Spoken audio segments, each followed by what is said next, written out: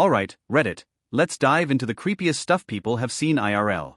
Think foggy Irish villages, gritty Polish streets, or quiet English towns where secrets lurk. These are real, haunting moments that stick with you forever. My buddy shared some stories that'll make your skin crawl, perfect for a chilling YouTube vid. What's the most disturbing thing you've witnessed? Drop it in the comments. Let's get this thread going. I was 10 at a beach pond, like something off Cornwall's coast. A boy, maybe 7, went missing. His mom went from nervous to screaming, pacing the sand. Adults linked arms, wading into murky water, everyone tense. My dad walks out, carrying the kid, lips blue as ice. He drowned, stuck in mud, chasing his dad's boat. The mom pounded her husband's chest, blaming him, screaming. The kid coughed mud during CPR, but he was gone. That image, my dad with that limp body, still haunts me. The funeral was brutal, you could feel their marriage breaking. Grief like that? It's raw and terrifying. At 19, in a sketchy downtown, maybe like Manchester or Warsaw, I saw a girl 13 or 14, in a pink hoodie with fur trim. She's walking fast, staring at every car that passes. I thought she's waiting for a ride. Then a truck stops. She talks to the driver, a stranger, flirty, negotiating. She gets in, and it hits me, she's turning a trick at dawn. Her walk, her frame, she was a kid middle school age. I told my mom, she didn't believe me. But I saw it, and it makes me sick. That hoodie, that child's gait, it's burned into my brain. Runaways end up like this too often, and it's heartbreaking. As a paramedic, I've seen a lot, working in places like Dublin or Bergen. One call sticks out. An elderly lady had flu symptoms, fever, aches, cough. We wheel her out backwards because her apartment's cramped. I'm at her feet, watching her face. Right outside, she lets out a gurgling scream, turns gray, no pulse. I start CPR in the ambulance, and she looks at me, confused, moving her arms. I stop, check, no pulse, dead. Start again, and she's staring again, flailing.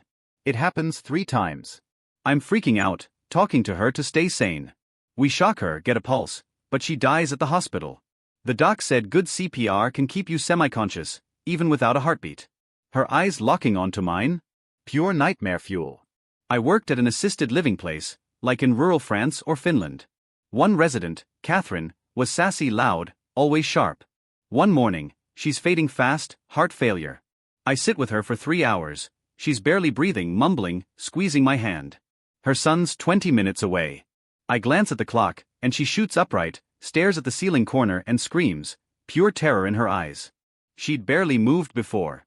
She falls back, white, gone. I'm shaking, can't explain that strength or fear. Nurses rush in, I bolt to the bathroom, trembling. They told her son she went peacefully, but that scream wasn't peaceful. I'm not big on the afterlife, but that rattled me. My dad died of cirrhosis in a quiet suburb, maybe like Belgium. He was a tough ex-Marine, always steady. When his liver failed, ammonia messed with his brain. One day, he starts talking gibberish, walks to the living room, and pees his pants. I'm like, Dad, what's wrong? He says, why are you in the bathroom? I'm peeing, get out. We're in the living room. He collapses. I call 911. Seeing your hero like that? It's not creepy like a ghost, but it's awful. My uncle's liver cancer death was worse. Yellow as a sunflower, eyes sunken. Disturbing as hell. At 21, I had to pick my burial clothes before brain surgery for a tumor, like in a London hospital. Docs said I might not make it. I'm an only child, my parents were blunt. I signed a living will, chose organ donation, and told them what to dress me in if I died. Picking your funeral outfit at 21? Surreal and creepy. They cracked my skull open, removed the tumor, and I'm fine now, just with a shunt. But I'm 44, and I still think about it. Last week, at an Applebee's in a nice town, like a Madrid suburb, we're with family, 14 of us, kids everywhere. My cousin, 6 or 7, goes to the bathroom alone. 2 minutes later, I see an older guy in the lobby, charming her, making her laugh. I think he's family, but he's not. He takes her hand, heading for the door. I call out, Pooja, you know this guy? He freezes, face pale. She says she just met him. He mumbles about taking her to her parents, then bolts. I knew he was trying to kidnap her. He was so casual, like he'd done it before. 2 minutes alone, in a nice place, that's all it took. I get why my parents were overprotective now. I keep replaying it, how close we came to losing her. As an EMT, I got called to a car crash, maybe outside Lisbon or Budapest.